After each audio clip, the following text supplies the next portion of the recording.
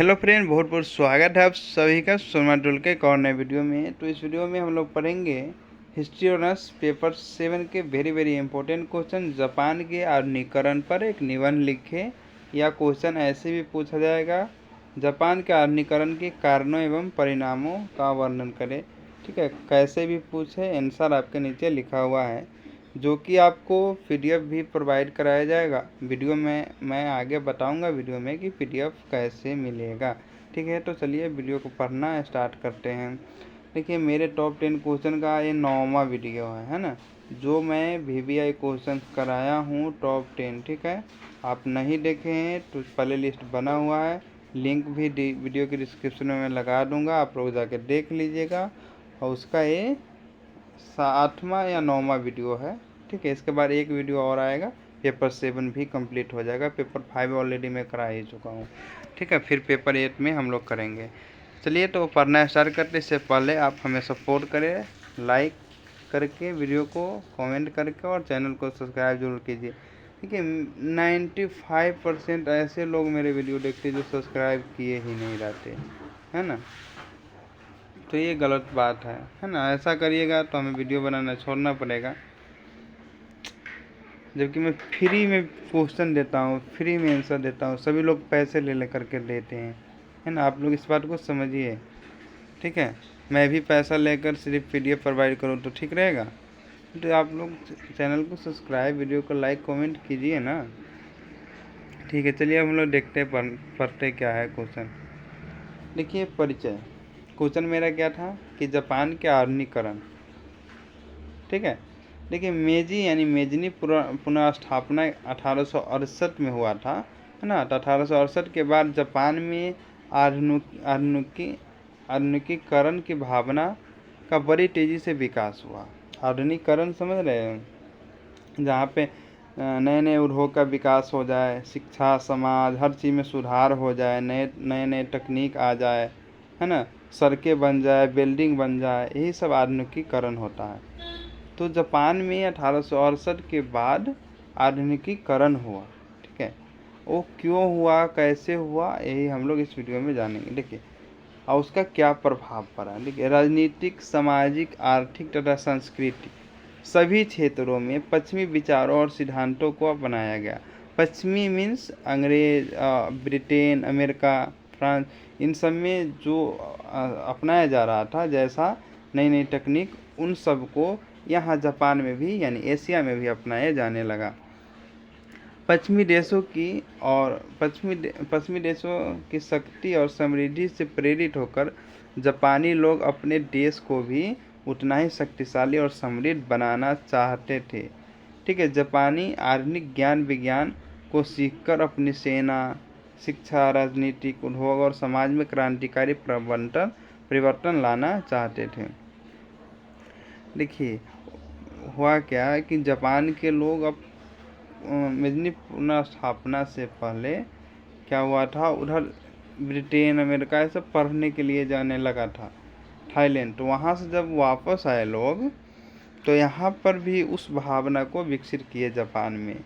ठीक है, जो कि आधुनिकीकरण की भावना थी। और यहाँ जापान में भी कुछ पढ़े लिखे लोगों के द्वारा आधुनिकीकरण की राह पे चल दिया गया, और अंततः जापान का आधुनिकीकरण हो गया। एक बहुत बड़े शक्तिशाली देश के रूप में जापान निकलता है, आपको पता ही होगा, है ना। तो परिचय में आपको लिखना है, अब लिखना है जापान के आधुनिकीकरण के कारण क्या थे। ठीक है, देखिए, एकदम पॉइंट वाइज में क्वेश्चन बना के लाया हूँ, बहुत इजी वे में, सिंपल आसान भाषा में लिख के लाया हूँ। ऐसा क्वेश्चन आपको कहीं मिले तो बताना, इतना इजी बीए का क्वेश्चन। सेना का आधुनिकीकरण।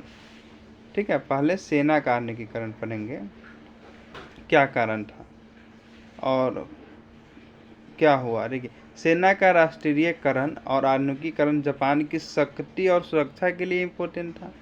क्लियर, इसलिए सामुराई प्रणाली को समाप्त कर दिया गया, जो मेजनी पुनर्स्थापना से पहले था। अनिवार्य सैनिक सेवा लागू कर दिया, यानी प्रत्येक व्यक्ति को सैनिक बनना। ठीक है, सेना में आधुनिक हथियारों और प्रशिक्षण का इस्तेमाल शुरू हुआ, यानी प्रैक्टिस और आधुनिक हथियार भी नए नए लाए गए। ठीक है, ये सेना में सुधार हुआ और आधुनिकीकरण हुआ। क्लियर। अब देखिए शिक्षा का आधुनिकीकरण क्यों जरूरी था। तो शिक्षा में सुधार जापान के सामाजिक और आर्थिक विकास के लिए महत्वपूर्ण था। ठीक है, आर्थिक विकास और समाज में सामाजिक भावनाओं को उदय करने के लिए, आर्थिक विकास करने के लिए शिक्षा बहुत ज़रूरी होता है ना। इसलिए शिक्षा को अनिवार्य बनाया गया, यानी प्रत्येक व्यक्ति को शिक्षा लेना है। और पश्चिमी ज्ञान विज्ञान को भी पाठ्यक्रम में यानी बुक में शामिल किया गया। क्लियर। अंग्रेजी भाषा भी अनिवार्य रूप से पढ़ाया जाने लगा। तीसरा बात करें हम लोग राजनीति का आधुनिकीकरण। राजनीतिक सुधार जापान को एक आधुनिक राष्ट्र बनाने के लिए महत्वपूर्ण था। किसी भी देश की राजनीति कितना इम्पोर्टेंट होता है एक देश के लिए आप लोग समझ सकते हैं। जापान में संसदीय लोकतंत्र की स्थापना हुई। पहले संसदीय नहीं था और राजशाही शासन चल रहा था। क्लियर। सम्राट के अधिकारों को सीमित कर दिया गया। ठीक है, और जनता को अधिक शक्ति प्रदान की गई, जिससे जापान की राजनीतिक स्थिति अच्छी हुई। ठीक है। हाँ, वीडियो का PDF आप टेलीग्राम चैनल पे ज्वाइन कीजिए। वीडियो के डिस्क्रिप्शन में लिंक मिल जाएगा, आपको वहाँ से PDF प्रोवाइड करा दिया जाएगा। क्लियर। चलिए अगला उद्योग का आधुनिकीकरण। देखिए औद्योगिक विकास जापान की अर्थव्यवस्था को मजबूत बनाने के लिए बहुत ज़रूरी था। अर्थव्यवस्था यानी उद्योग यानी अर्थव्यवस्था। उद्योग जब अच्छा होगा तभी अर्थव्यवस्था मजबूत होगा, तो मजबूती जरूरी था अर्थव्यवस्था के लिए। क्या औद्योगिकरण का विकास। इसके लिए सरकार ने उद्योगों के विकास में सक्रिय भूमिका निभाई। आधुनिक कारखानों की स्थापना की गई और नवीनतम तकनीकों का उपयोग शुरू हुआ। ठीक है, अगला जो है सामाजिक क्षेत्र का आधुनिकीकरण। सामाजिक सुधार जापान को एक आधुनिक समाज बनाने के लिए इम्पोर्टेंट था। नहीं, सामाजिक सुधार जापान को आधुनिक समाज बनाने के लिए इम्पोर्टेंट था। समानतावादी प्रथा को समाप्त किया गया। स्त्रियों और बच्चों के अधिकारों में सुधार किया गया। शिक्षा और स्वास्थ्य सुविधाओं का विस्तार किया गया। यहाँ पर एक वर्ड आया समानतावादी, आपको इसको समझना होगा। देखिए समानता व्यवस्था हमारे भारत में भी थी पहले। क्लियर। तो समानता व्यवस्था क्या होता है, पहले ना वेतन के बदले, अगर हम नौकरी कर रहे हैं ना राजा के पास, तो हमें वेतन के बदले, है ना, वेतन के बदले भूमि दे दिया जाता था। वेतन न दे करके भूमि दे दिया जाता था।